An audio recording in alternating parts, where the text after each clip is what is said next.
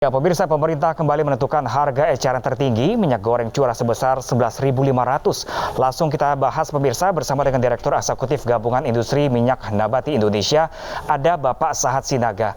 Halo, selamat siang Bapak Sahat. Selamat siang, Mas Pram. Iya, Pak Sahat, ini pemerintah di awal tahun sudah 2 kali melakukan perubahan harga. Kalau yang pertama kemarin subsidi dengan harga 14.000 untuk satu harga minyak semuanya sama. Dan kemudian ada 3 harga kembali sekarang saat ini dari harga 11.000, 13.500 dan harga 14.000. Nah, Pak Sahat, ini subsidi sudah ditarik pemerintah kemarin. Dan kenapa sekarang harga minyak malah bisa lebih murah, Pak Sahat? Nah, kita lihat dulu basic frame yang melandasi pandangan ini, yaitu pertama itu volume produksi kita itu 65% ekspor dan 35% itu domestik. Nah, para pengekspor yang 65% itu makanya berubah dari yang adanya tadi bersubsidi sekarang dibebaskan. Itu meminta agar eksporter itu mau bersama-sama bersedekah juga ke pasar domestik. Jadi keuntungan yang mereka peroleh dari ekspor yang harganya tinggi itu nggak usah kita ganggu, supaya sebagian bisa di-sharing ke dalam negeri. Itu konsep utamanya, gitu. Nah, maka itu meskipun harga 15.400 sekarang itu harga CPO, itu diharapkan bisa dijual oleh para eksporter ini 9.300 rupiah per kilogram. Dengan demikian maka jalur ke end user sampai ke pemakai itu ada harga tadi curah di level 11.500, sederhana di 13.500 dan premium 14.000.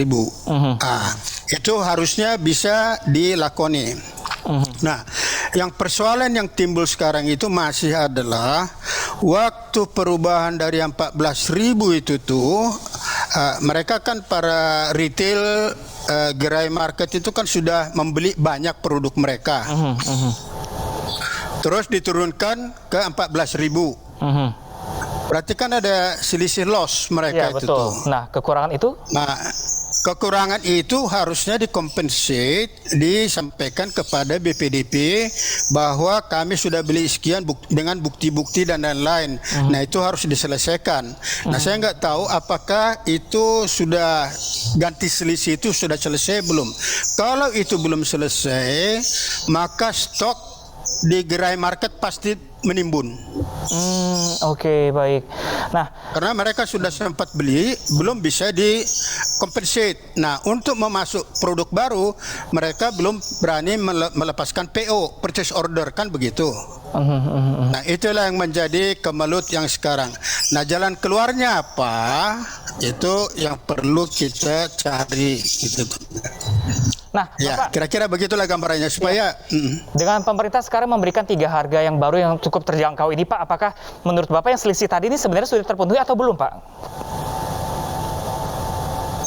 Maksudnya gimana?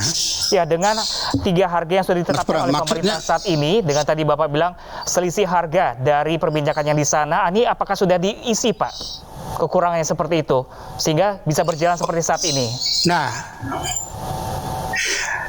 oke, menjawab pertanyaan itu kita perlu melihat 2 hal, ya. Produsen sawit, produsen migor itu tidak semua eksportir. Oke, baik. Oke. Sebagian mereka itu hanya tukang jahit, ya. Jadi mereka harus membeli 15.400 CPO dan dijual dengan harga 11.000, mereka nggak akan mungkin berjalan. Oke. Yang mungkin berjalan cepat ini adalah yang terintegrasi. Dia punya kebun, dia punya pabrik, dan dia punya ekspor. Nah, itu bisa jalan. Harusnya bisa jalan itu tuh. Karena di supermarket masih mengalami di gerai market masih mengalami persoalan karena stok mereka masih tinggi sehingga mereka tidak menempatkan order. Maka yang terbaik itu adalah para eksporter itu segera menghubungi produsen-produsen minyak sawit yang tidak link dengan ekspor, memberikan minyaknya mereka dengan harga 900 itu. Pak Saad, dengan harga yang sekarang ini cukup membantu masyarakat, Pak Saad. Kira-kira menurut Bapak sendiri bertahan berapa lama harga seperti ini? Harusnya sampai akhir tahun. Kenapa? Begini, logikanya begini ya. Minyak goreng kita itu memerlukan sawit cuma 4,8 juta ton. Oke? Produksi kita itu 49 juta ton. Itu kan cuma di bawah 10%. Oke. Jadi kenapa tidak mau berbagi-bagi cuan yang didapat dari, kebetulan ini gongsi Pak Choi, dan selamat juga selamat hari raya di tahun macan ini. Tapi marilah kita sharing kepada apa yang sudah digariskan oleh Kemendak itu. Oke. Nah, dan kami dari GIMNI dan juga dari Dewan Minyak Sawit sangat mendukung program yang disampaikan oleh pemerintah itu. Jadi windfall profit yang diperoleh dari ekspor sharing ke domestik dong. Kenapa tidak kan gitu. Oke, baik. Terima kasih banyak Bapak Saad Sinaga selaku Direktur Eksekutif Gabungan Industri Minyak Nabati Indonesia. Terima kasih telah berbagi informasi bersama kami, juga diimbau kepada masyarakat untuk membeli minyak sesuai dengan kebutuhan.